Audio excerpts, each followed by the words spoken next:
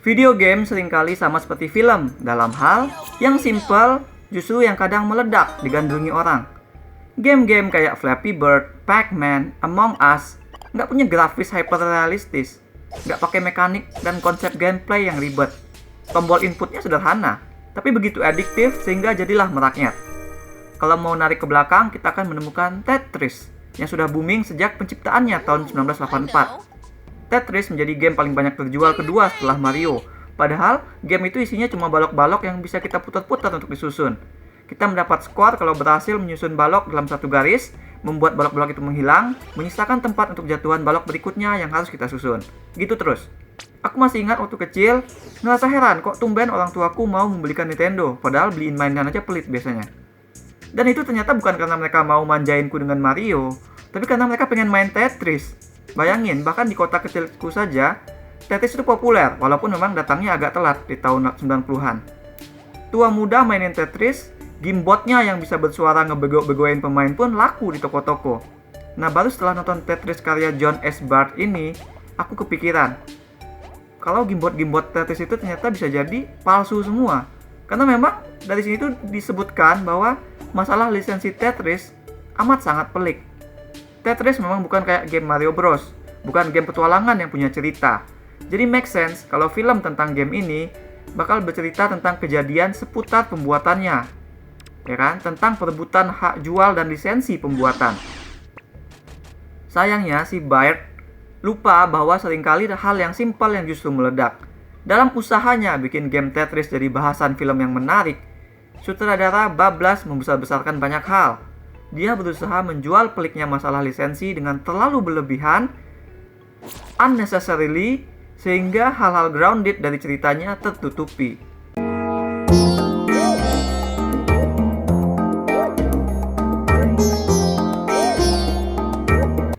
Drama dan konflik itu sebenarnya sudah ada di sana. Game Tetris diciptakan oleh seorang karyawan di Rusia, basically sebagai distraksi dari kejenuhan di kantor. Tapi game tersebut jadi populer. Kalau zaman sekarang mungkin ya viral lah istilahnya. Alexei, si pembuat tadi, nggak bisa ngeklaim Tetris sebagai miliknya karena sistem komunis yang dianut Rusia menyatakan setiap properti rakyat adalah milik negara. Akibatnya, kopian Tetris menyebar liar. Salah satunya sampai ke Las Vegas, tempat pertama kali tokoh utama kita, Hank Rogers, seorang desainer video game, memainkan game tersebut. Dan langsung jatuh cinta. Blok-bloknya terus kebayang, kata Hank. Jadi mulailah Hank Rogers mencari lisensi untuk menjual game ini ke Nintendo. Dalam proses tersebut, banyak pemain terlibat. Ada developer dan pengusaha-pengusaha yang jelas bukan orang suci semua. Nah, Hank eventually memang harus ke Rusia, dan dia di sana berurusan dengan peraturan ketat dan juga orang-orang berbahaya demi mendapatkan lisensi ini. Jadi udah kayak perang antar negara nanti di situ. Ada Amerika, Jepang, Rusia, semua saling berebut hak menjual dan memproduksi Tetris. Jika gagal, Hank dan keluarga akan kehilangan rumah karena Hank telah mempertaruhkan semua yang ia punya untuk game yang sangat ia percaya bakal bisa sukses tersebut. Aspek karakter yang membuat cerita ini membumi adalah persoalan Hank Rogers yang mempertaruhkan semua untuk hal yang ia percaya, yang juga menyangkut persoalan keluarganya juga nanti. Hank dibikin sebagai tipe ayah yang terlalu sibuk ngurusin kerjaan, sehingga bukan saja melupakan kebutuhan putrinya, tapi juga membuat semua keluarga mereka terserempat bahaya. Ini sebenarnya klise, tapi memang dibutuhkan supaya karakter Hank bisa berimbang, supaya kita nggak melulu melihat dia sebagai salesman yang ngincar cuan. Ini juga membuat karakter Hank dilihat dalam cahaya seorang ayah. Taron Egerton ngasih persona nice man khusus buat karakternya ini. Kadang dia bisa tampak sebagai bisnismen yang berani ambil resiko, kadang dia juga terlihat sebagai fan garis keras, terutama ketika nanti dia bertemu dengan Alexei. Actually, persahabatan yang perlahan terjalin antara Hank dengan Alexei juga bakal jadi hati cerita yang mendaratkan semua ini. Dua pria dari negara dan dibesarkan oleh prinsip berbeda tapi punya mutual respect terhadap ide dan karya. Nikita Hefremov sebagai Alexei juga buatku sama saja kayak tokoh utama karena dia juga punya banyak pertaruhan di sini gitu. Dia punya kehidupan rahasia yang kalau ketahuan sama negaranya, dia pasti bakal game over. Nah, mestinya film berkutat di relasi dua orang ini saja. Like, cerita bisa sederhana dari sini saja. Pandangan komunis dan kapitalis bisa diwakilkan dari interaksi mereka. Tapi, film lebih tertarik menjadikan cerita mereka sebagai landasan dari thriller politik gitu. Maksudnya sih ya biar seru, ya kan? Speaking in Tetris term, film ini terus membalak-balik blok-blok, berusaha memasukkannya menjadi bangunan semacam spy action. Dengan literally karakter-karakter yang berubah dari baik ke jahat, dan bahkan di babak ketiga ada kejar-kejaran mobil, sampai kejar-kejaran hingga ke bandara segala. Film memperlakukan setiap chapter ceritanya sebagai kayak literally level dalam video game. Ya kan, setiap level harus menyajikan tantangan yang semakin susah untuk karakter. Konsep ini secara esensi memang benar, karena film memang harus menaikkan tantangan dan stakes. Hanya saja dalam Tetris, konsep itu membuat film ini berubah tidak lagi tentang karakter dan pilihan mereka, melainkan jadi ke kejadian-kejadian yang terus diperbesar. Cerita yang diangkat dari sejarah memang tidak mesti harus sama dengan kejadian nyata, boleh dilebih-lebihkan.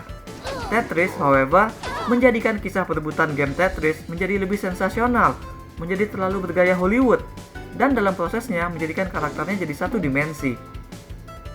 Perebutan lisensi tersebut jadi terlalu ribet untuk kita ikuti. Kita jadi tidak bisa meresapi apa efek ini semua kepada karakter. Momen-momen dramatis tidak terasa, tertutupi oleh momen-momen sensasional antara kapitalis versus komunis. Padahal keduanya kan sebenarnya sama saja. Yang satu memperbolehkan satu pihak memakan pihak yang lain dalam spirit of persaingan. Sementara yang satunya menggembleng pihak-pihak tertentu untuk rela dimakan oleh pihak penguasa. Film Tetris memang punya resolusi ke arah anti-komunis, tapi dalam penceritaannya dia menyentuh ground yang cukup seimbang. Mutual respect yang terjalin antara Hank dan Alexei adalah bentuk dari ground seimbang tersebut. Jawaban dari film tentang mana prinsip yang lebih baik. Dan soal stake-nya, film ini melakukan semua itu untuk cerita yang kita udah tahu akhirannya gitu. Tetris toh memang bakal jadi properti Nintendo dan meledak di mana-mana. Action dan sensasi thriller itu jadi pointless akibatnya. Kecuali film memang juga mau mengubah endingnya, tapi kan tidak. Aku sih lebih prefer cerita yang sederhana dan fokus ke karakter, ke development mereka. Karena memang segrounded itulah film ini dipersembahkan pada saat setup. Action di babak akhir tidak pernah ditanam vibe-nya di 10 menit awal. Film ini saja yang tahu-tahu berubah menjadi action supaya babak finalnya seru. Menit-menit awal sebenarnya penuh oleh narasi eksposisi, yang supaya menarik dilakukan oleh film dengan animasi pixel 8-bit ala video game jadul. Mereka menerangin jalur distribusi game, para karakter, dan segala macam hingga ke transisi level lewat animasi ini. Visual yang keren sebenarnya. Aku juga suka sebenarnya dengan game-game pixel. Jadi menonton itu semua terasa menghibur. Meskipun memang animasi yang mereka lakukan tidak ada hubungannya langsung dengan game Tetris lain, ya sama-sama dari era yang sama. Film ini juga menggunakan banyak istilah game jadul yang dilakukan lewat Hank berusaha pitching idenya ke orang Nintendo di Jepang, yang bikin kita tambah kesengsem terjerat nostalgia.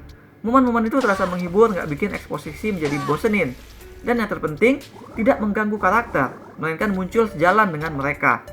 Tidak seperti bagian perebutan lisensi yang completely chaos tadi. Kalau dibilang kecewa, ya aku cukup kecewa, karena aku sudah senang film ini tidak mengadaptasi game Tetris dengan memaksanya jadi cerita petualangan di dunia Tetris, melainkan mengambil aspek menarik dari kisah atau sejarah keberadaan game tersebut, lalu membuat drama berdasarkan kisah nyata itu. Tapi ujung-ujungnya film ini tetap jadi petualangan ala kartun dengan elemen yang dibikin overly sensasional. Memang cukup beralasan membuatnya begini. At least cerita jadi seru dan gampang disukai ketimbang jadi drama karakter yang berat. Hanya saja, film melakukan itu membuat cerita jadi kehilangan karakter dan stake dramatis mereka, serta tidak di set up properly. Cerita bergulir terlalu lama sebelum masuk ke inti seperti apa yang film ingin dirinya tertampilkan. Dengan kata lain, penceritaannya saja yang kurang tepat. Kayak kalau main Tetris ada space untuk blok kotak, tapi kita malah masukin blok yang panjang. Terus Tetrisnya bilang, bego lu gitu. Aku berikan 6 dari 10 bintang emas untuk Tetris. That's all we have for now. Bagaimana pendapat kalian tentang kapitalisme versus komunisme? Siapa yang lebih baik? Share pendapat kalian di komen. Jangan lupa hit like dan subscribe supaya nggak ketinggalan review-review dan playthrough lain. Kunjungi mydersit.com untuk review yang lebih detail. Atau kalian bisa kunjungi store mydersit di ciptaloka.com. Ada banyak kaos dan pernak-pernik custom yang unik, mulai dari film, musik, game, hingga wrestling. Cocok untuk lebaran. Thanks for watching. Remember in life, there are winners and there are losers.